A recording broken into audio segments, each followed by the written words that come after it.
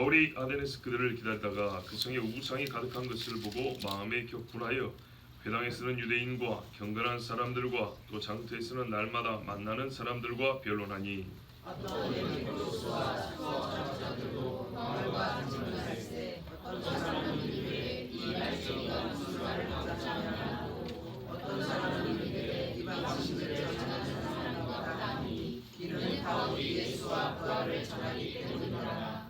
그를 들어 아뢰오고 하며 말하기를 내가 말하는 이 새로운 말씀이 무엇인지 우리가 알 수 있겠느냐. 내가 어떤 이상한 것을 우리 귀에 들려주니 그 무슨 뜻인지 알고자 하노라 하니 모든 아덴 사람과 거기서 나그네 된 외국인들이 가장 새로운 것을 말하고 듣는 것 이외에는 달리 시간을 쓰지 않음이더라.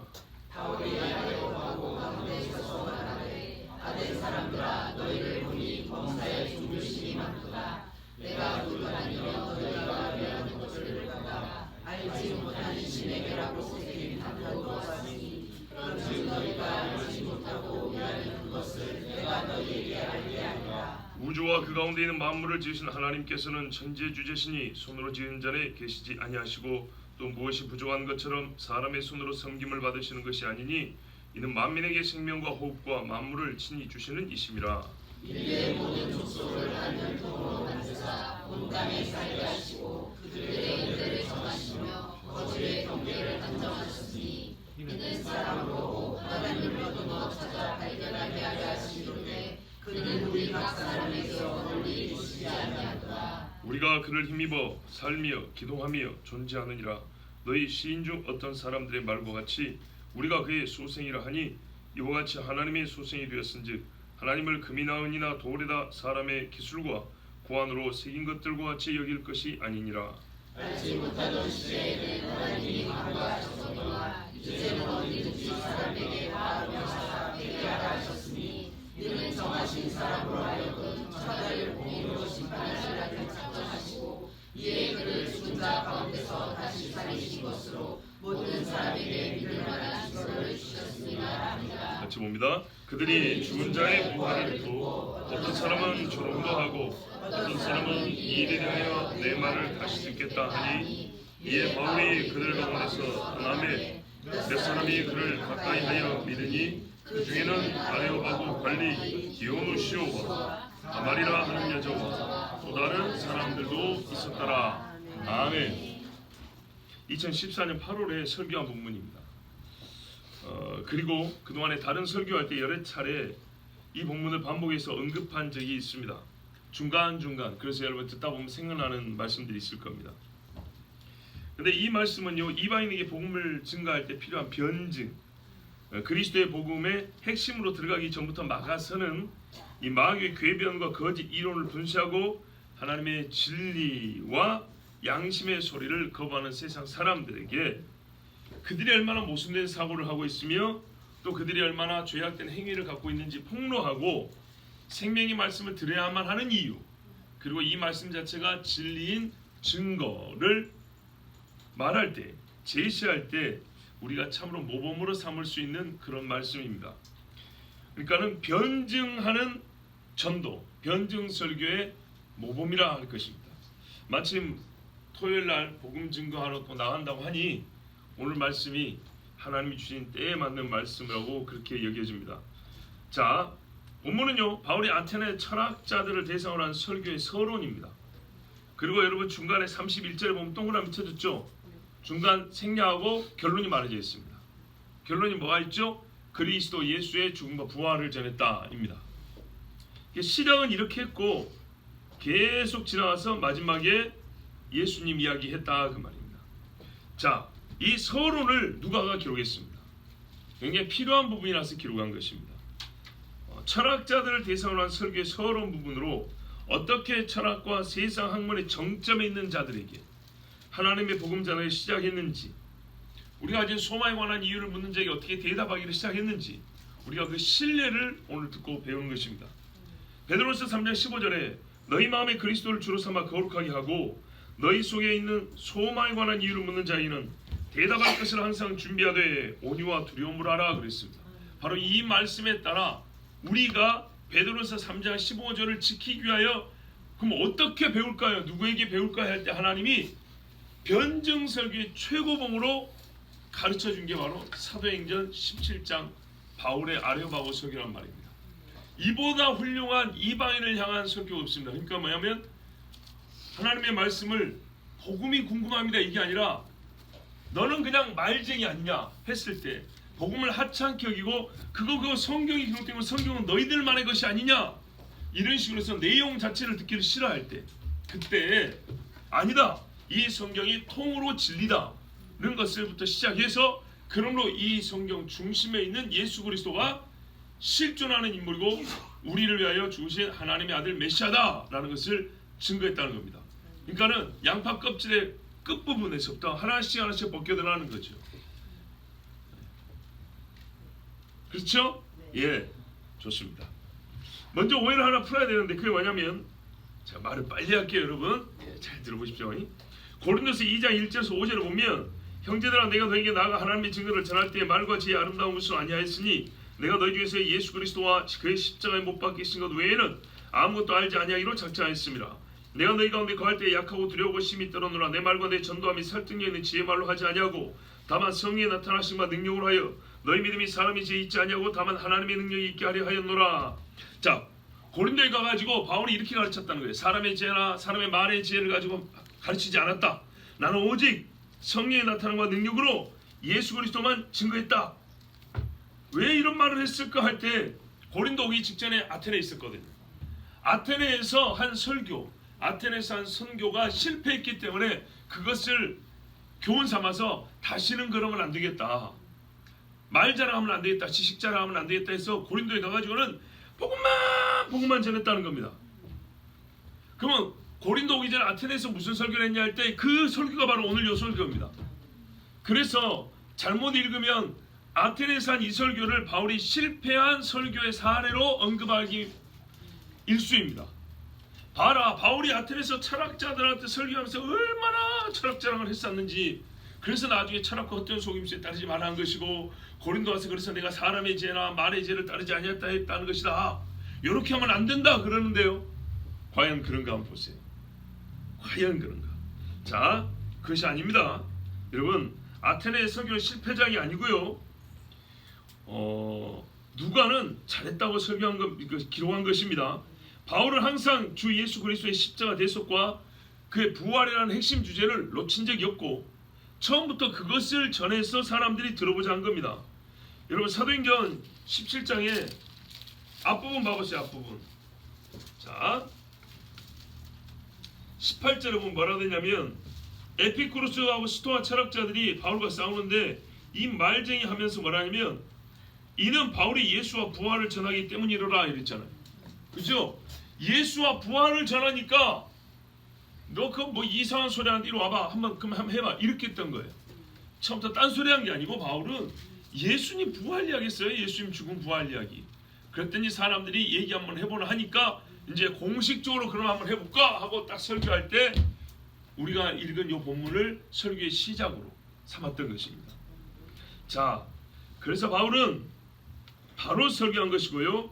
중심 주제는 같지만은 대상에 맞추어서 설교와 적합성을 띠어야 하기 때문에 순전한 이방인이고 최고의 지성인이고 철학의 대가들이기 때문에 이들에게 예수와 그의 죽으신 부활을 어떻게 전할까를 궁리할 때 하나님 주신 감동에 따라 이렇게 설교 시작한 겁니다. 즉 하나님은요 논리와 논증을 거부하신 분이 아니에요.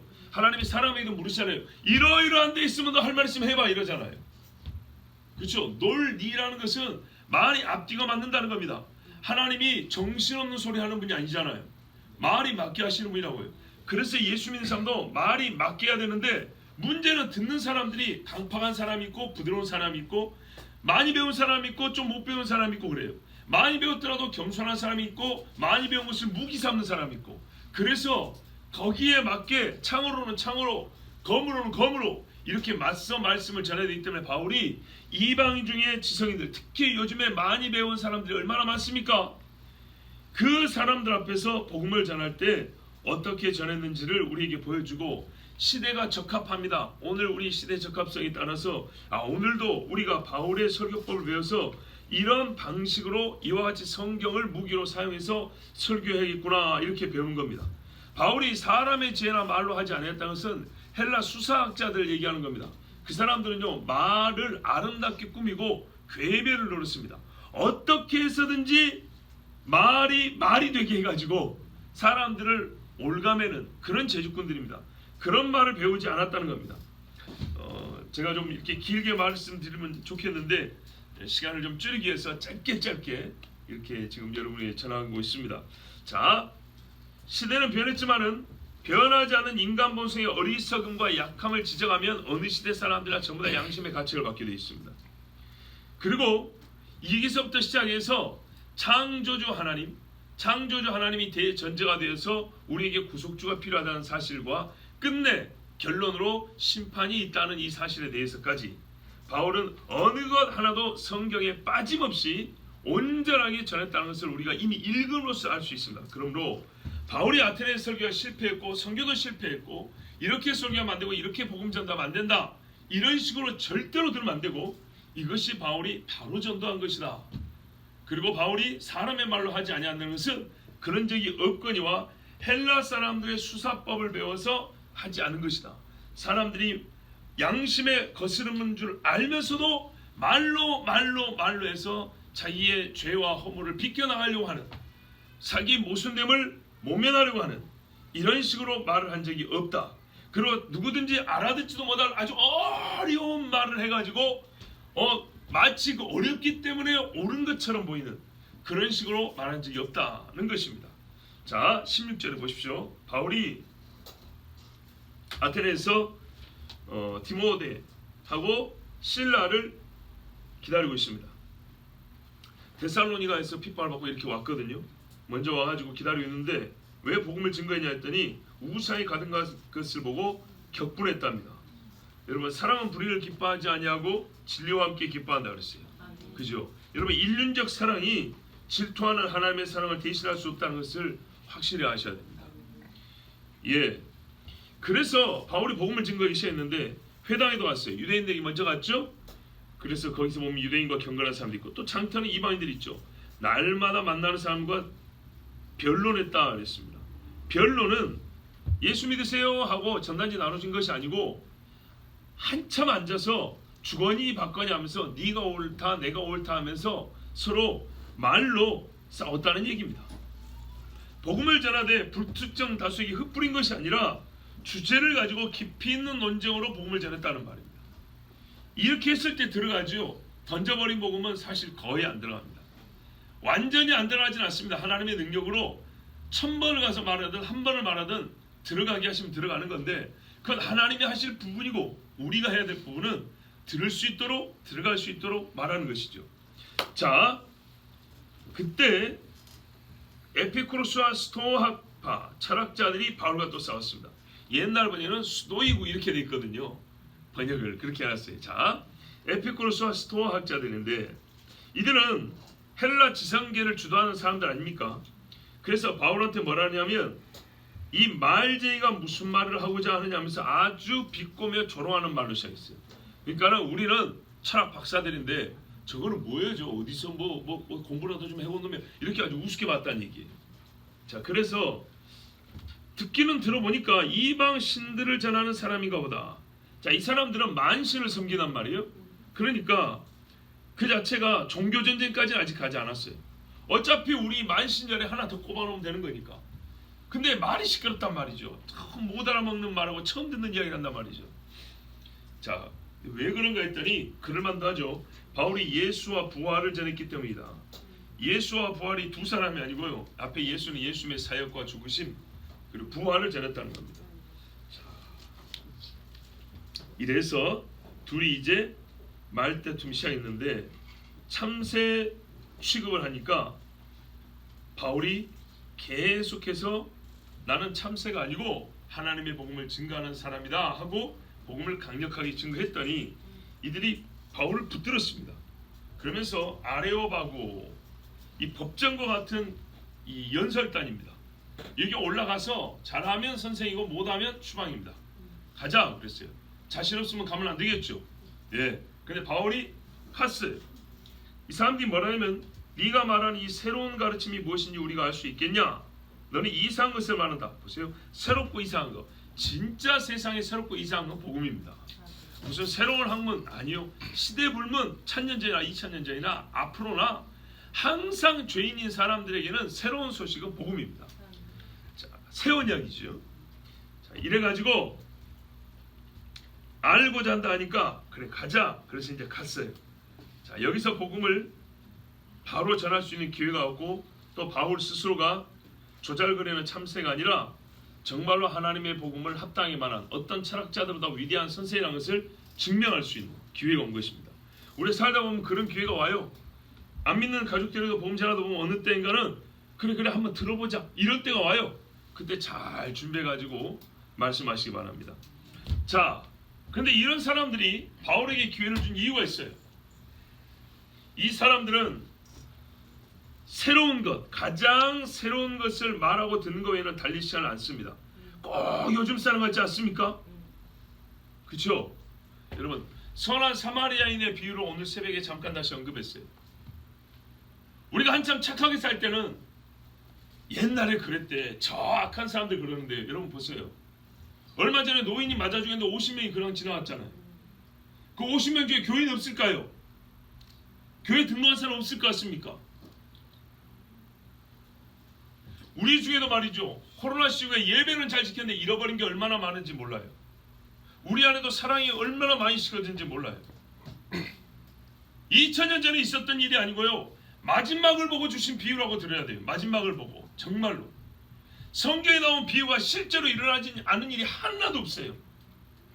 우리가 서로 착하다 선하다 할 때는 그 말씀이 안 이루어진 것 같고 우리하고 상관없는 것 같죠. 근데 살다 보면 반드시 일어나요.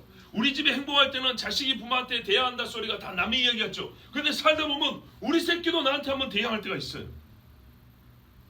반드시 있습니다. 자, 이 사람들이 새로운 가르침에는 상당히 개방적 태도를 가지고 있다고 볼 수도 있는데 진리와 거짓과 옳음과 그름의 문제가 아니라 새로운 것이면 무조건 좋다라는 새것 신드롬이에요. 핸드폰 2달, 3달에 한번 바꾸는 것처럼 새 것이면 좋다는 거예요. 지금이나 그때나 사람의 본성은 바뀌지 않습니다. 특별히 잘난 사람들일수록 잘난 척하는 사람들일수록 새 것이면 좋다예요. 그 사람들한테 꼭 말씀이 있어요. 1000년 전에 할아버지하고 바지 입는 법이 너도 똑같잖아. 500년 전 사람하고 젓가락질 똑같이 하잖아. 그럼 뒤집어서 한번 해보든지 새 것을 네가 만들어 보든지. 꼭 자기가 잘난 척하고 싶을 때만 새 것 얘기해요. 자, 바울이 아레오바고 썼습니다. 마르스라고 하는데요. 올라가서 설교를 시작합니다. 아테네 사람들아 너희를 보니까 범사에 종교심이 많다. 무슨 말이야? 지나치게 미신에 사로잡혀 있다는 겁니다. 약간의 조롱이 섞여 있죠. 네가 나보고 참새라 했지. 자, 있는 그대로 말했지만 사실은 이게 얼마나 이 똑똑한 사람들에게 부끄러운 이야기인지 모릅니다. 여기 철학자들도 다수 포함되어 있는데 사실은 이 철학자들은 분명히 말하면은 엄밀히 말하면 무신론자이어야 합니다. 왜 무신론자이어야 하냐 하면 자, 에피쿠로스와 스토아 철학파들에 대하여 연구를 해가지고 준비를 했는데 시간 관계상 그냥 다 넘겼습니다. 여러분 이거 듣다 보면 그냥 한 20분 주무셔야 되니까 넘기고 한마디로 유물론주의자인데 유물론. 영혼도 물질이라는 거예요. 영혼도. 신도 물질이고 신이고 인간이고 계속 그런데 없애고 재생 환생한다는 거예요. 돌고 돈다는 겁니다. 이런 웃기는 사람들 영혼이 물질이라고 보는 사람을 참 요즘에 보기 힘들죠. 그런데 여러분 지금도 철학자들이나 과학자 중에는 물질이라고 보는 사람들이 있습니다. 예나 지금이나 똑같아요. 이 사람들은 영혼까지 물질로 봤기 때문에 엄밀히 말하면 물질은 유한하고 물질은 변하고 물질은 소멸하게 돼 있거든요. 다른 것으로 바뀝니다. 그래서 물질은 신이 될 수가 없습니다. 그러므로 이 사람들은 신을 섬기다고 말할 수도 안 되고 양심대로 말하면 자신들은 신이 없다 이렇게 말해야 됩니다. 그러나 악한 마귀가 든 종교성이 있죠. 결국에는 마귀를 숭배하기 위한 종교성을 갖고 있기 때문에 종교성과 유물 사상을 석자니 할 수 없이 신도 물질이다 이렇게 말하는 겁니다. 물질이 신이 될 수 없지만 신도 물질하고 이것을 말이 되게끔 하려고 여러 가지 복잡한 이론들을 만들어냈습니다. 자, 그리고 그들의 삶은 어떠냐? 굉장히 쾌락주의적인 이 에피쿠로스 학파의 삶이고요. 스토아파는 아주 뭡니까는 절제합니다. 왜 그러냐? 이거는 여러분 시간 관계상 생각하고, 하여튼 이 사람들의 삶은 상반된데요. 이 상반된 삶이 어디서 나오냐 하면 어디서 나와요? 물질주의, 유물론에서 나온다. 오직 물질뿐이다. 오직 유자입니다. 한자로. 물질만 있다는 것이 아니고요.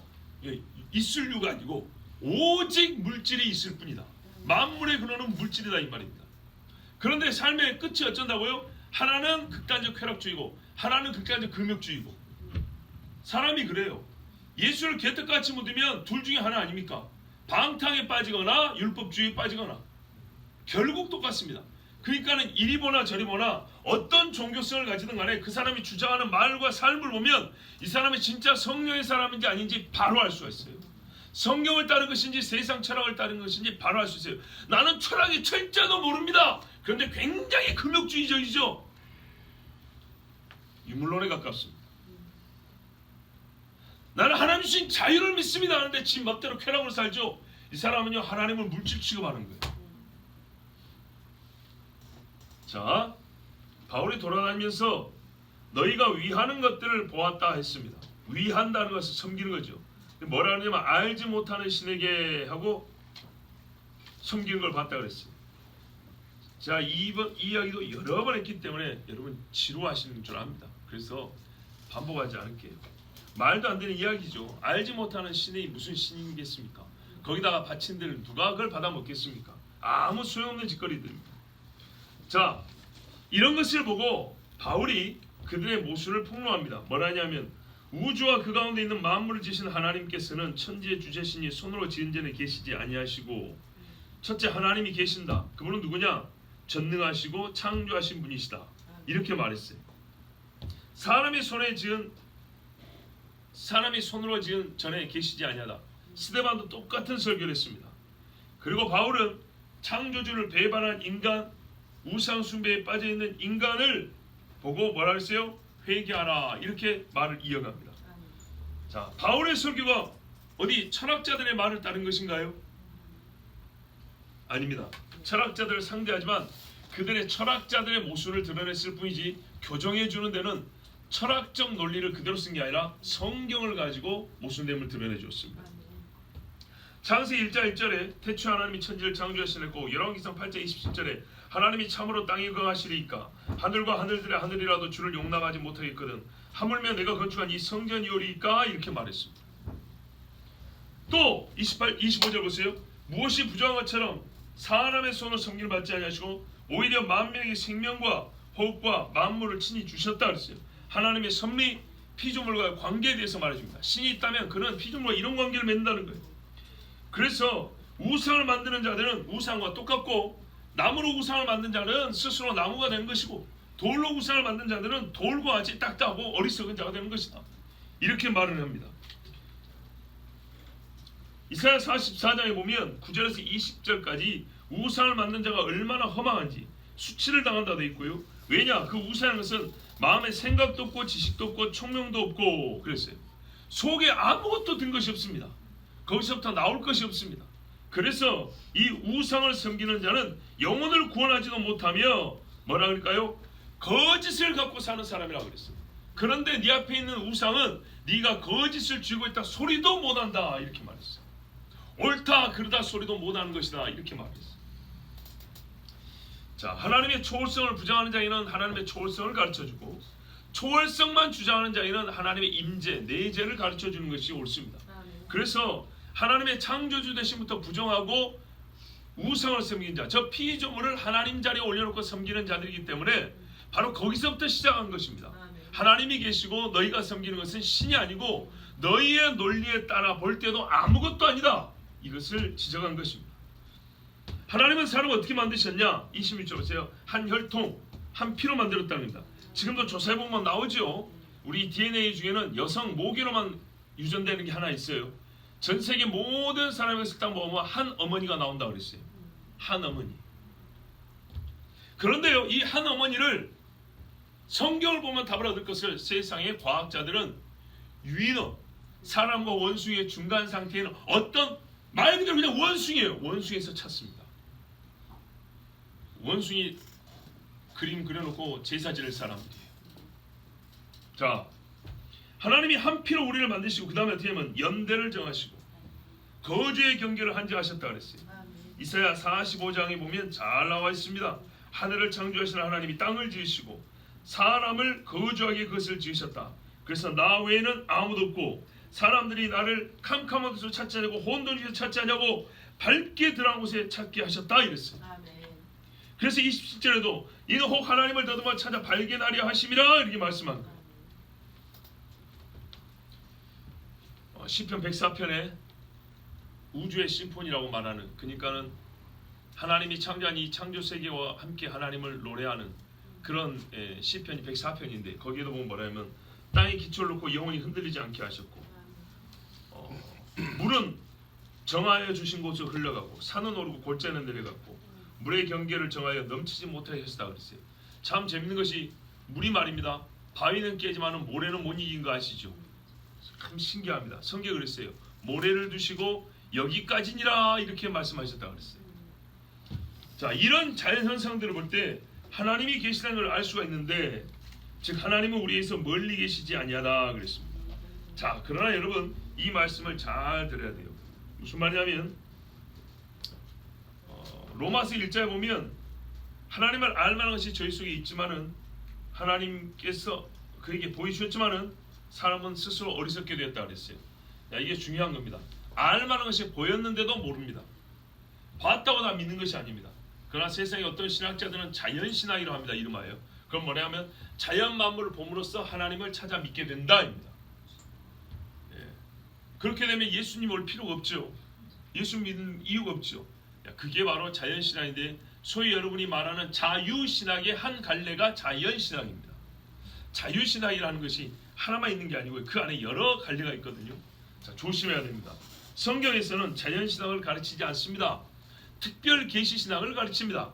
자연으로 말미암아 신이 존재하는 것과 그가 하늘에 계신 것과 그 신이 있다면 완전 무결하고 그가 창조주 되신다는 것, 어느 신의 존재가 보편적 신과의 관계를 알 수 있지만은 구원에 이르는 방법, 그와 완전히 우리가 연합할 수 있는 길에 대해서는 성경은 오직 예수 그리스도로 말미암습니다 이렇게 말하고 있습니다.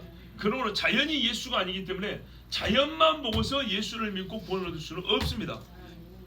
표현을 하자면 구원 앞단계까지는 올 수 있어도 어찌해야 우리가 구원을 얻을까? 구원이 필요하다는 것까지는 알 수 있지만 어떻게 해야 구원을 얻을까? 있고 어떻게는 반드시 하나님께서 우리에게 특별히 자기 아들을 하나님의 말씀을 계시해 주셔야 알고 믿게 되는 것입니다. 자, 이렇게 하나님께서 최소한 더듬어 한번 찾아보라고 만물을 주셨는데 너희 선배들도 여기까지는 깨달았는데 너희는 이걸 못 깨달았구나 하고 바울이 지금 약간 비웃고 있습니다. 28절을 보면 우리가 그를 힘입어 살며 기도하며 존재하느니라 너희 시인 중 어떤 사람들의 말과 같이 우리가 그의 소생이라 그랬어요. 지중해 보면은 크레타 섬이 있어요. 예, 성경 보면 그레데 거짓말하는 사람 많이 사는데 그레데라는 섬은 얼마나 유명했냐면 거짓말로 유명한 섬이었어요. 제주도는 뭐서 유명하죠. 이 그레데는 거짓말로 유명한 섬인데 이 크레타에도 보면 에피메니데스라고 유명한 사람이 있었는데 이 사람이 말하면 우리가 그를 힘입어 살며 기도하며 존재하느니라 요 비슷한 말을 했어요. 신이 있다면 우리가 이렇게 그 신으로 말미암아 산다 이런 말을 했다는 거예요. 또 하나는 뭐냐, 아나투스라는 스토아파의 시인이 있는데 이 사람은 뭐냐면 우리도 그의 소생이기 때문에 우리 모두는 제우스와 관련을 가진다 이렇게 말했어요. 자, 너희 조상들 중에 신을 믿는 조상들이 있었어. 너희 철학자들 선배들 중에 신을 믿는 철학자들이 있었는데 그들이 뭐라 하냐면 만일에 신이 있다면 신과 우리 인간의 관계는 첫 번째 창조주와 피조물의 관계고 아버지와 자식의 관계이다 이렇게 가르쳤다는 거예요. 근데 만약에 너희가 이 선배들의 말만 잘 들었다 하더라도 저 돌과 나무에 새긴 것이 맞겠냐 이렇게 반문하는 거예요.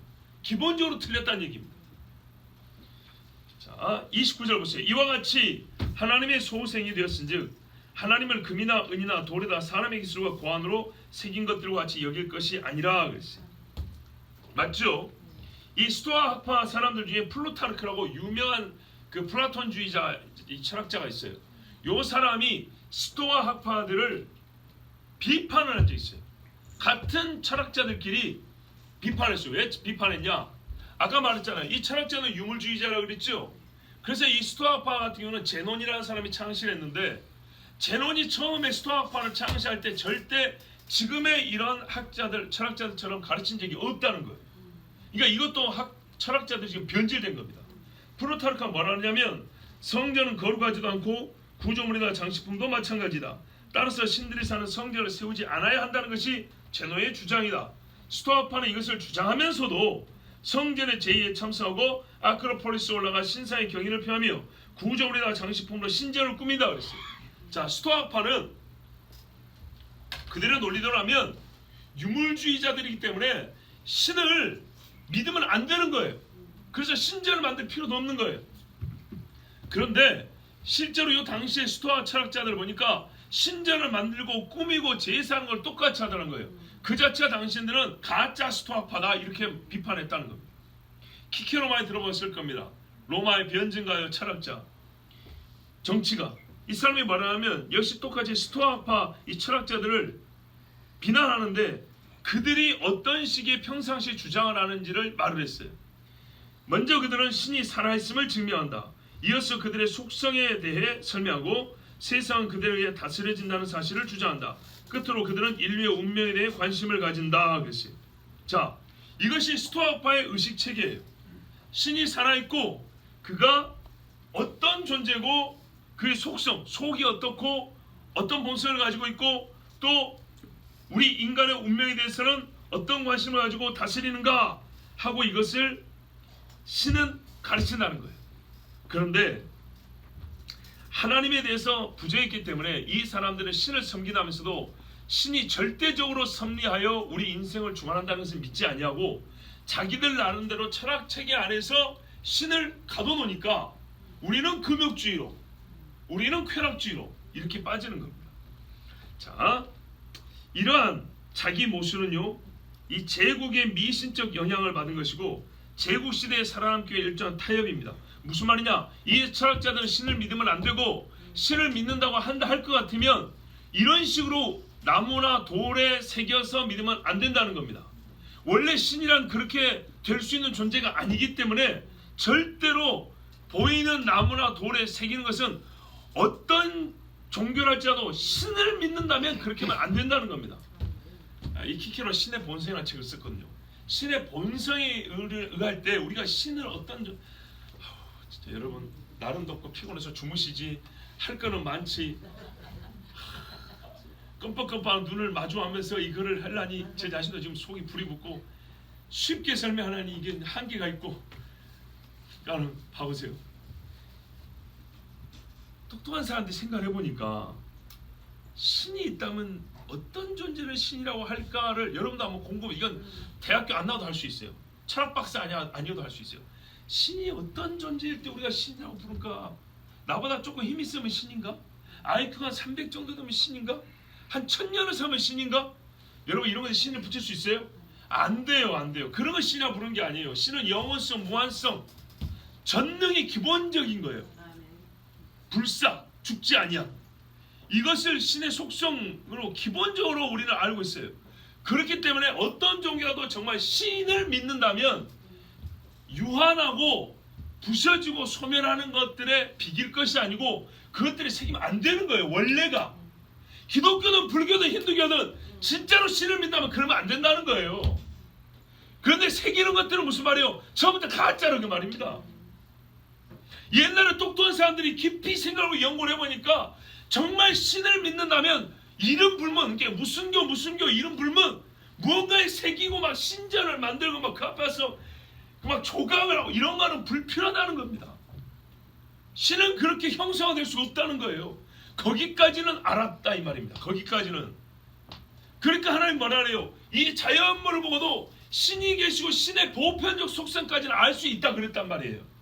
근데 진짜로 전기불 없는 시대 사람들은 열심히 연구해 보니까 하나님 주신 지혜가 얼마나 사람이 똑똑한지 거기까지는 알아냈다는 거예요. 신이 계신다와 신이 계신다면 절대로 이 신은 피조물과 비길 수 없고 피조물처럼 사람 손에 들어올 수는 없는 것이다. 우리가 좌우하는 것이 아니고 그가 우리를 좌지우지하는 것이다. 절대적으로 여기까지 이르렀다는 겁니다. 그런데 신을 섬기는 놈들이 가만 보면 뭐 바쳐놓고 뭐 해놓고 지 마음대로 신을 조종하고 있다는 겁니다.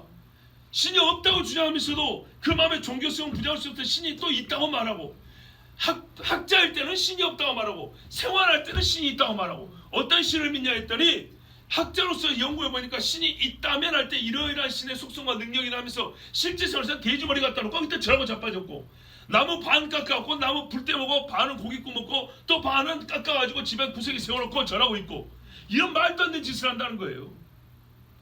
그래서 당시에도 같이 공부를 했던 똑똑한 사람들이 그래요. 야, 우리 선배님이 그래 안 가르쳤잖냐, 우리 선생님이 그래 안 가르쳤는데 너희들 정말 이상한 짓을 하고 있다라고 비판하는 사람이 당시에도 있었다 그 말입니다.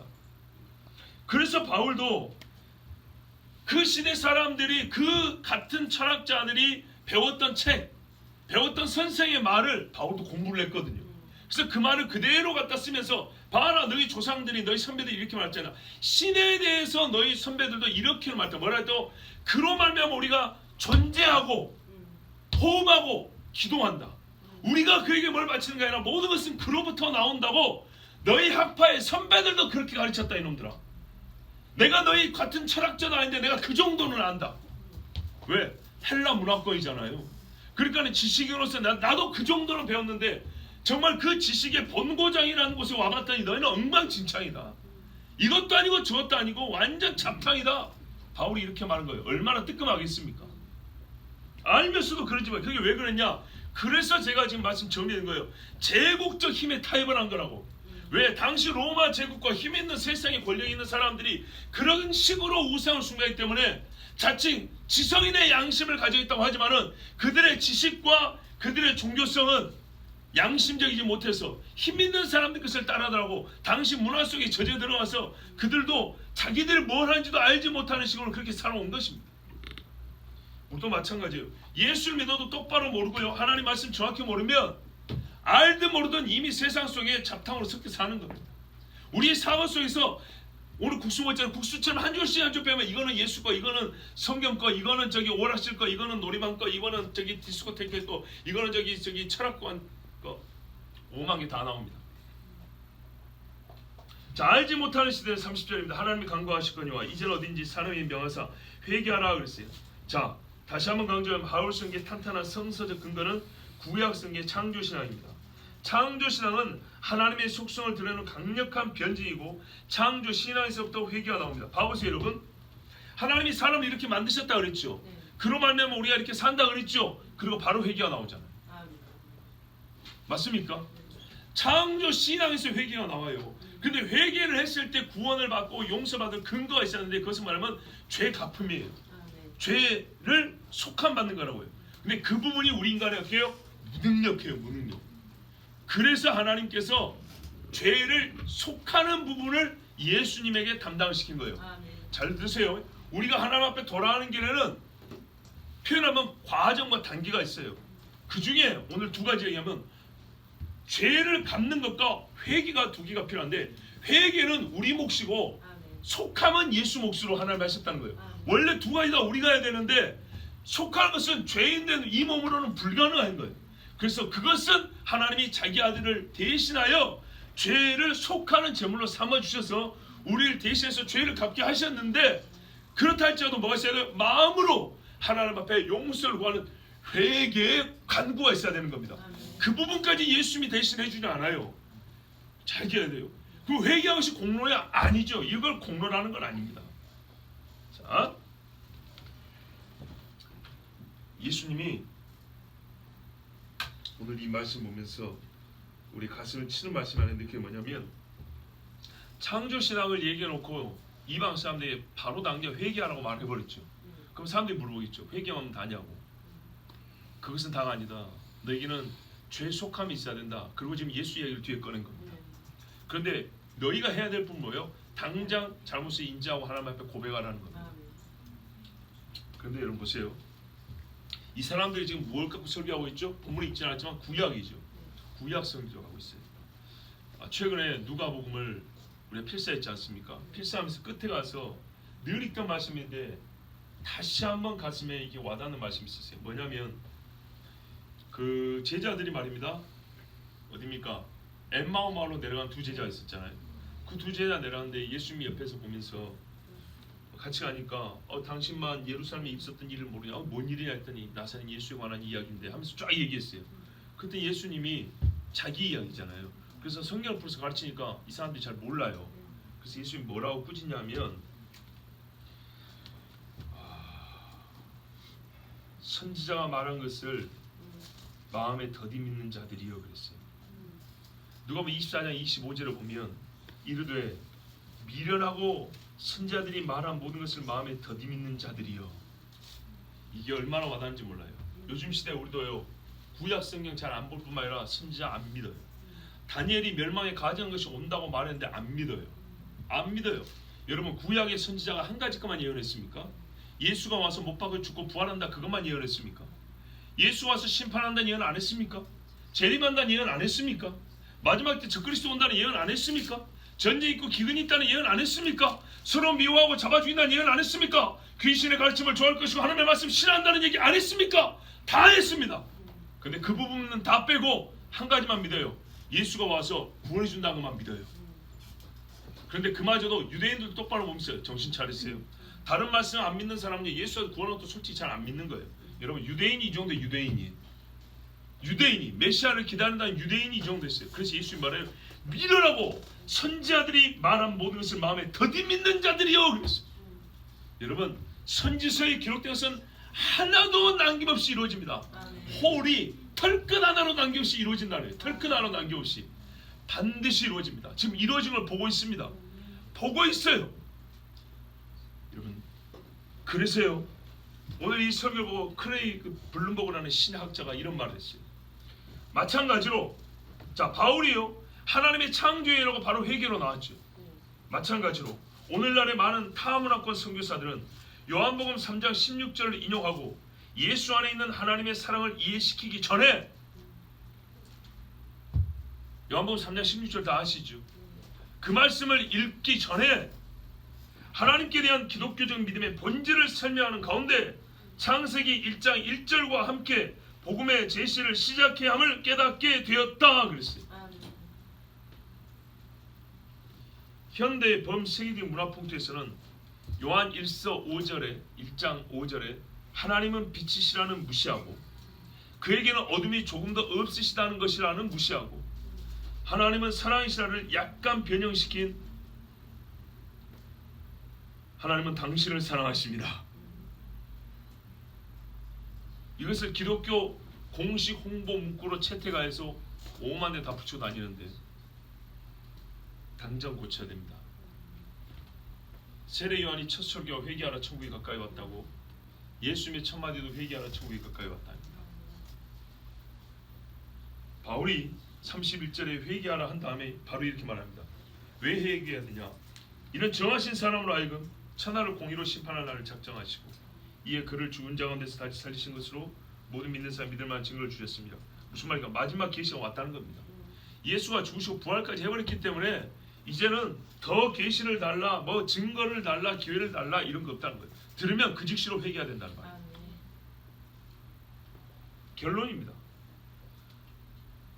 우상 숭배한 죄, 하나님을 업신여긴 죄, 인간 자신을 섬긴 죄, 예수님의 그리스도의 대속의 피를 헛된 것으로 돌려버린 죄.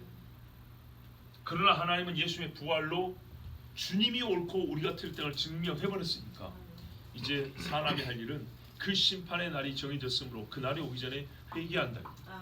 아주 강력하고 시급하게 전했습니다. 그랬더니 이렇게 이제 복음을 시작을 했어요. 시작하고 끝났을 때 사람들이 이렇게 말했어요. 그들이 죽은 자의 부활을 듣고 어떤 사람은 조롱하고 어떤 사람은 이 일에 대해 내 말을 다시 듣겠다니. 여러분 지금까지 우리 31절 가운데 부활 이야기 있습니까 없습니까? 없죠. 없죠. 그럼 뒤에가 했다는 얘기입니다. 했다는 얘기인데 이 앞부분이 얼마나 중요합니까? 그죠? 그런데 전체 설교를 들었을 때 듣는 사람들에게 설교를 압축했더니 뭐가 남았냐 했더니 앞부분이 아니라 죽은 자의 부활이란다. 무슨 말씀인지 이해가 됩니까? 자, 바울이 그러니까 이 앞부분의 설교를 이렇게 길게 하고 이렇게 깊게 하고 이렇게 크게 외쳤지만 이것은 서론을 불과했다는 거예요. 더 큰 소리, 더 긴 이야기, 더 많은 예를 들어서 예수님 이야기를 뒤에 또 많이 했다는 겁니다. 뭐 설교가 짧았을까 길었을까요? 굉장히 길었죠. 엄청나게 길었죠. 이게 서론이에요. 요 정도 들으면 우리 같으면 오늘 집에 들어갈 때 이 앞부분 이야기 기억날 거예요. 근데 이 사람들은 말하요, 죽은 자의 부활이 기억이 남았다는 거예요. 그게 핵심이라는 걸 다 깨달았다는 거예요. 그랬더니 이 앞부분 뭐 시인의 이야기, 철학자들의 이야기, 틀렸다 어쨌다 이런 말이 아니라 죽은 자의 부활, 그거 하나에 대한 반응이 그래서 기록이 되어 있는 거예요. 그게 핵심이었고 그것이 각인됐기 때문에 세 가지 반응이었습니다. 첫째, 웃어버렸어요. 여기 대해서 할 말이 없습니다. 세상 사람이 다 그러죠. 그죠? 당신 죄인입니다 하면은 싫어하고요, 아무렇지 않은 것처럼 웃어버리죠. 격하게 화를 내는 사람이 있는가 하면 아주 그냥 뭐 통 넓은 생활처럼 나는 뭐 괜찮소, 뭐 말해보시면서 웃어버리죠. 이 사람들이 훨씬 더 위험합니다. 진화론에 빠져있는 사람들, 창조주 하나님 이야기 나오는 순간 웃어버립니다. 그러면 예수 믿는 사람들이 뭐예요? 그래 뭐 괜찮아, 전에도 이야기했습니다. 창조 안 믿어도 예수만 믿으면 돼. 좀 내려가니까 홍수가 나와요. 노아 홍수, 말도 안 되는 이야기처럼 들리지 않겠어요? 그랬더니 대답하기가 곤란하거든요. 이거 몰랐네. 나도 모르도 교회 다녀, 괜찮아. 넘어가 버려요. 여리고성 나오네. 홍해 갈라진 거 나오고요, 소돔과 고모라 나오고 별게 다 나옵니다. 이제 뭐 도끼가 물에 빠졌는데 물에 떠오른 이야기, 무슨 뭐 금도끼가 네 도끼냐, 은도끼가 네 도끼냐 이런 이야기 갖고 괜히 희화화되고 옛날에 무슨 뭐 전설과에서 나온 이야기 같은 이야기들, 무슨 속담이나 민담 같은 이야기, 이런 이야기 나올 때마다 그거 보면 핵심이 아니고 하면서 십자가로 씹으면 얼른 데리고 바빠요. 빨리 십자가로 가면 돼. 근데 여러분, 그것이 아니란 얘기입니다. 유대인들에게는요, 처음부터 그 사람들은 창세기를 갖고 있는 사람들입니다. 그래서 그 사람들에게는 핵심이 뭐라고요? 누가 메시아냐, 메시아가 오는 것까지도 믿어요. 누가 메시아냐의 문제예요. 그러니까 그들에게는 바로 거기로 직접 들어가도 돼요. 베드로처럼 다윗이 말하면 다윗 딱 알아먹는다고요. 이사야가 말하면 이사야 바로 알아먹는다고요. 근데 이방인들은 이사야가 누군데요? 네? 모릅니다. 영어 알파벳으로 I로시 합니까? E로시 합니까? 이사야를 그것도 모릅니다. 이방 사람들 몰라요. 요즘 영어는 이사야를 I로 시작하는지 몰라도 옛날 영어는 E로 시작합니다. 자, 그만큼 멀리 있는 사람들이에요. 그러니까 뭐 어떻게 할때요? 창조부터 얘기를 해줘야 되는 거예요. 그리고 어디까지 갑니까? 예수의 심판까지 갑니다. 왜냐? 창조가 없으면 타락이 없고, 타락이 없으면 구속이 필요가 없고, 구속이 필요가 없으면은 심판도 두려워할 이유가 없죠. 여러분, 복음을 증거할 때 내가 창조에 대해서는 잘 모른다, 그거 스스로 굉장히 안타까워야 될 사실입니다. 그렇지 않습니까? 여러분, 무시해서가 아니라 설교를 많이 들었지 않습니까? 전화 또는 다른 목사들을 통해서. 여러분, 만약에 배우지 않았다면 여러분 십자가에 대해서는 얼마나 말할 수 있습니까? 듣지 않고 배우지 않았다면 다 아는 이야기인데 여러분 한번 써보세요. 십자가에 대해서 몇 줄을 쓸 자신 있습니까? 마이크 딱 쥐어줄 테니까 마음대로 해보세요. 24시간도 들어줄 테니까 몇 마디 할 수 있습니까? 그래요. 십자가도 잘 몰라요. 그리고 알아도 자꾸 까먹어요. 원래 그래요. 그래서 어떻게 해요? 또 듣고 또 듣고 또 듣고 그런 겁니다. 그래서 성경이 뭐라 하냐면, 성경이 말하면 여기서 조금 저기서 조금 이렇게 해서 완전해진다고 그랬어요. 성경이 또 뭐라 그래요? 심고 물을 주고 가꾼다 그랬어요. 예수님도 씨를 심어서 자라는 시간이 필요하다 그랬어요. 한 번 듣고 다 자고 열매를 맺는 말도 안 되는 이야기예요. 자, 그런데 하물며 여러분, 성경이 이렇게 넓은데 복음서 4권, 그것도 끝부분에, 각 복음서의 끝부분에 십자가만. 근데 성경 자체가요, 그걸로 십자가 설명하지 않아요. 이사야서로 설명하고요, 그렇죠? 신명기, 출애굽기로 설명을 하고 있습니다. 창세기로 설명해 줍니다. 요한계시록 십자가에 빛을 비춰줍니다. 성경 전체를 부지런히 이 부지를 읽어야 됩니다. 그렇지 않고는 절대 알 수 없습니다. 자, 히브리서 6장 1절 2절에 뭐라 그러냐? 그러므로 우리가 그리스도의 도의 초보를 버리고 죽은 행실을 회개함과 하나님에 대한 신앙과 세례들과 안수와 죽은 자의 부활과 영원한 심판에 관한 교훈의 틀을 다시 닦지 말고 완전한 데로 나갈지니라.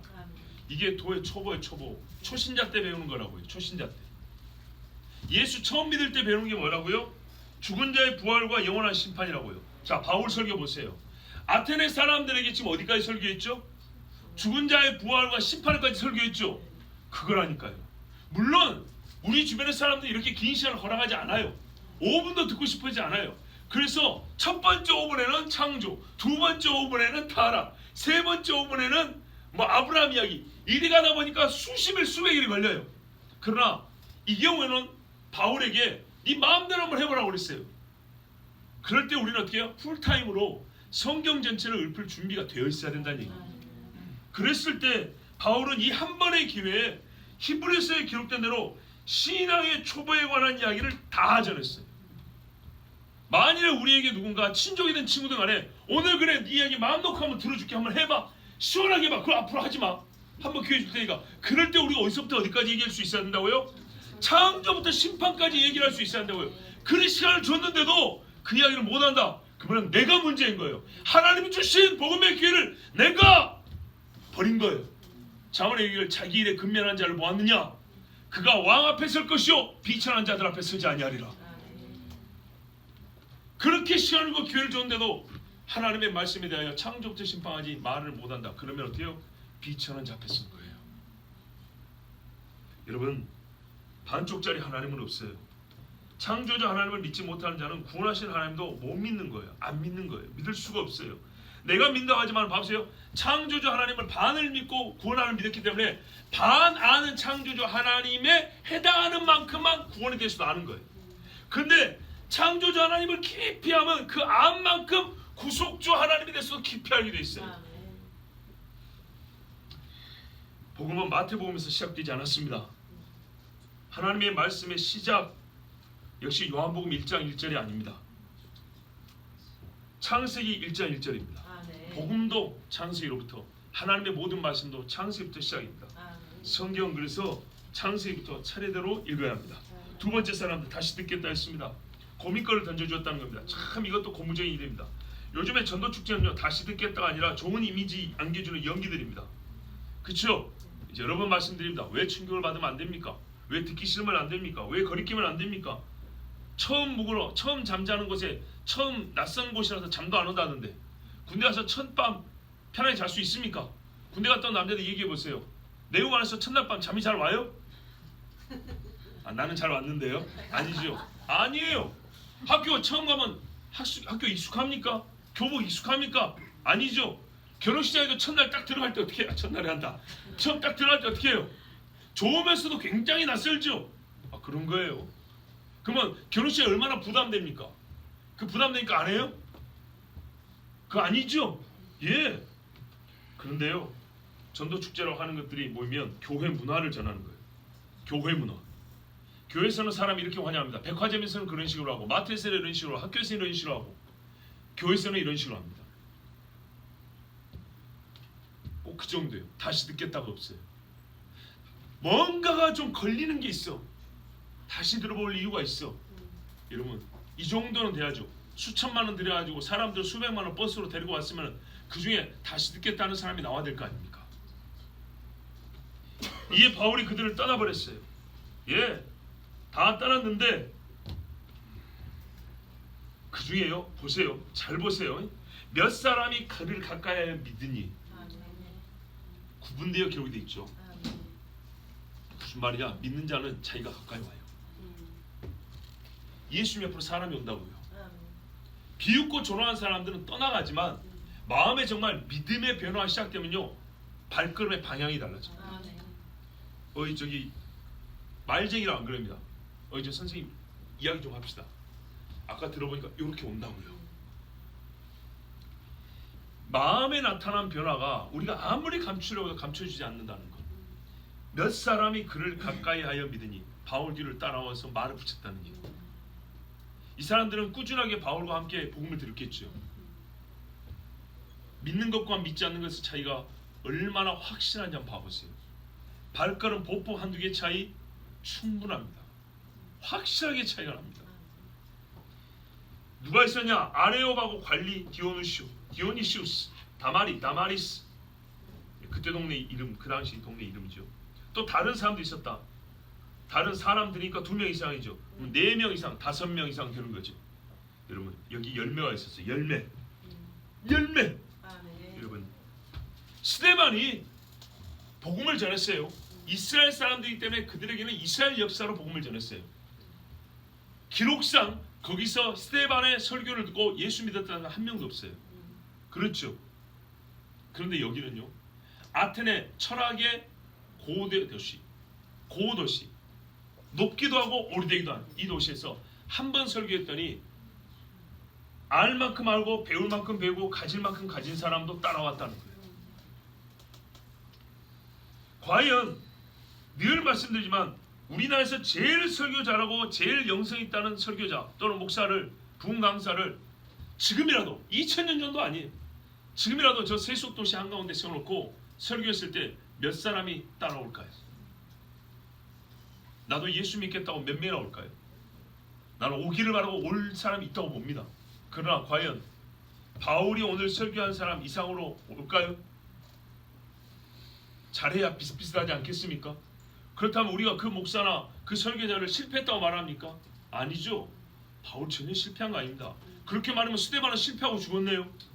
한 사람도 전도 못하고 거기서 죽기까지 했으니 스데반이야말로 완전 실패한 인생인가요?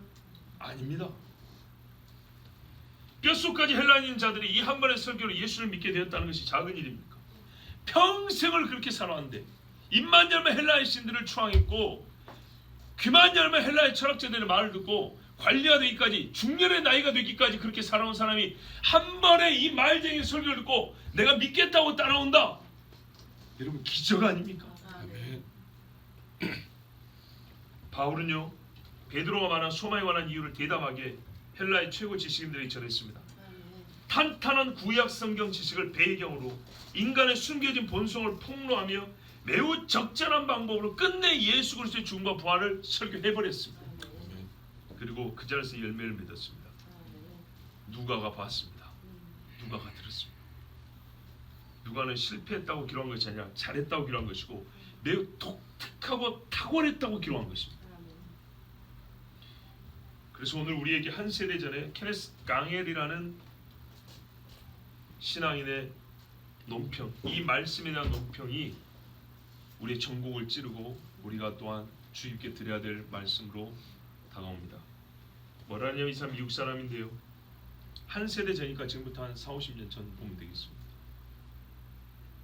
오늘날 미국 사회의 지식계급은 바울의 당시에 아덴의 헬라 철학자들이 들었던 것과 같은 진리에 대한 분명한 증언을 현대 기독교에 의해 듣지 못하고 있다. 보세요. 미국이 어쨌든 모든 분야에서 최고라고 하지 않습니까? 일단 지식계급, 미국의 지식계급들, 고대 수사학과 인문학 서적을 꿰뚫고 있는 미국의 지식인들도 바울이 오늘 지금 이 지식인들이 했던 설교 같은 이런 설교 좀 들었으면 좋겠는데, 미국의 그 수많은 교회 목사들을 통해서 이 설교를 성경을 통해서 가르쳐 주는데도 가르치고 말하는 설교자가 없다는 말입니다. 안타깝게도 2000년 전에 했던 사람의 이야기를 왜 2000년 후에 요즘에 많이 배운 신학자들과 설교자들은 이런 설교를 못하냐 말입니다. 십자가에 대한 설교는 적절한 감정적 반응을 자극하기 위해 계획적으로 의도된 단순화시킨 두서없는 이야기로 구성되어서는 안 된다. 무슨 말이냐? 지나치게 단순화시켜서 앞뒤 다 잘라버리고 십자가만 쫙 세운 다음에 조명 딱 비춰 음악 쫙 깔아주고 눈물 나지 널 위해서 죽었어 이렇게 쥐어짜내는 식으로 설교하면 안 된다 그 말이에요.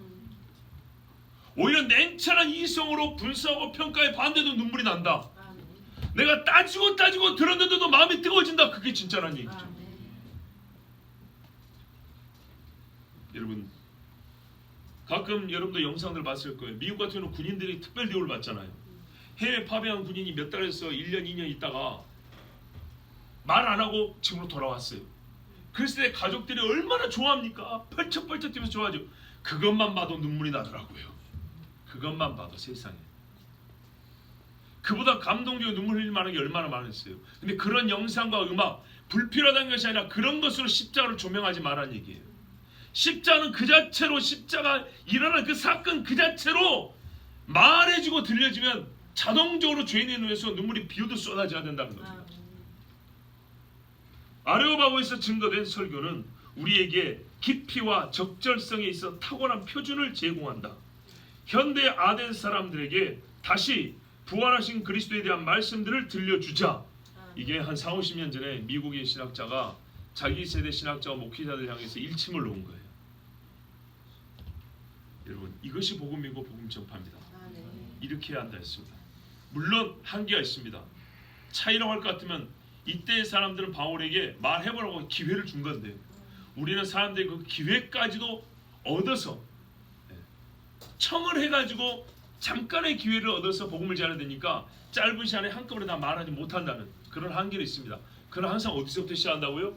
창조부터. 그리고 더하여 딱 한 가지 더 깨달을 게 있습니다. 그것은 복음은 결국 전하여졌다는 것입니다. 복음은 전하여진다는 언제나 진리입니다. 십자가와 부활이라는 복음은 내재적 성격으로 구원을 주는 능력이며 외재적 성격으로 반드시 살아 움직임에 퍼져 나간다는 사실을 우리가 확인합니다. 무슨 말이냐? 십자가의 이 복음인 말이죠. 사람의 속에 들어가서 구원하는 능력이 있고요. 그리고 우리 눈앞에 보이는 몸 밖에서는요. 언제나 이렇게 들려주고 퍼져 나간다는 것을 우리가 본다는 거예요. 아무리 말을 해도 반드시 확산되어 간다는 겁니다. 최고의 지혜자들이 모여있는 성의 문을 복음이 열었습니다. 세상 최대의 지식이 쌓여 있다는 땅에 복음의 씨는 어김없이 오늘 뿌려져 버렸습니다. 누가 이 복음을 막을 수 있겠습니까? 누가 알았습니까? 철학자들의 도시, 신화의 도시 아테네를 복음이 무너뜨릴지 누가 알았습니까? 하나님의 능력과 지혜를 누가 이길 수 있으며 감당할 수 있습니까? 그런데도 여러분 복음을 무시합니까? 신학자들이 철학자들 공부를 얼마나 많이 하는지 모릅니다. 바울같이 이렇게 복음을 전하기 위해서가 아니라 그것이 아니고 요즘에는 신학과 철학을 섞어야 인정을 받기 때문입니다. 그래서 철학 공부를 많이 합니다. 그래서 소위 철학적 신학이라는 과목이 있습니다. 저도 한 2과목 배워봤습니다. 거기서는 하나님의 엄위하심, 하나님 경외가 절대로 나오지 않습니다. 나오지 않습니다. 복음을 무시하는 사람들입니다. 여러분, 우리는 복음에 대해서 무엇을 알고 있습니까? 또 누구에게 어떻게 전하고 있습니까? 제가 지금 이렇게 묻는 것은 전도 좀 해라는 선동용 질문이 아닙니다. 우리가 예수를 믿는 사람으로서 근본적인 질문을 한번 해보자는 겁니다. 복음을 전한다면 계속 전해야 할 것인데 전하되 나도 알지 못하는 소리를 하고 있는 것인가? 아니면 분명한 소망에 관한 이유를 말하고 있는 것인가? 스스로 한번 확인해 보자는 겁니다. 전파되고 전파되는 복음은 항상 사람을 통해서 전해졌습니다.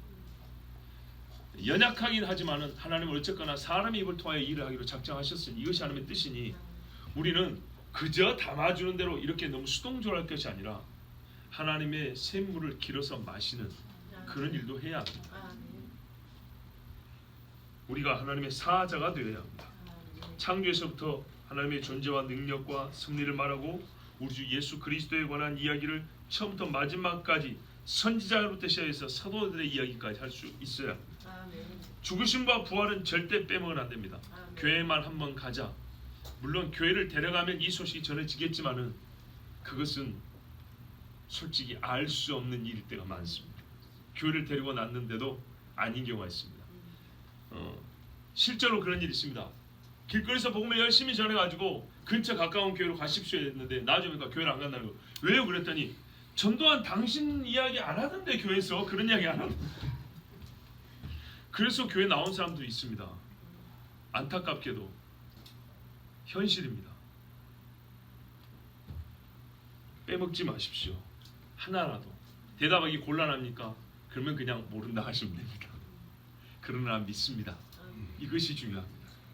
하나님께서 우리 입술에 소망에 관한 이유를 묻는 자에게 대답할 말을 담아 주십니다. 아멘. 너희 중에 지혜가 부족한 자는 구하라 후히 주시고 꾸짖지 아니하신 하나님께서 주신다 그랬어요. 아멘. 읽고 전하고 말하는 중에 하나님의 말씀을 온전하게 깨닫고 증거하는 사도가 될 것입니다. 아멘. 감사합니다. 여러분 기도하겠습니다.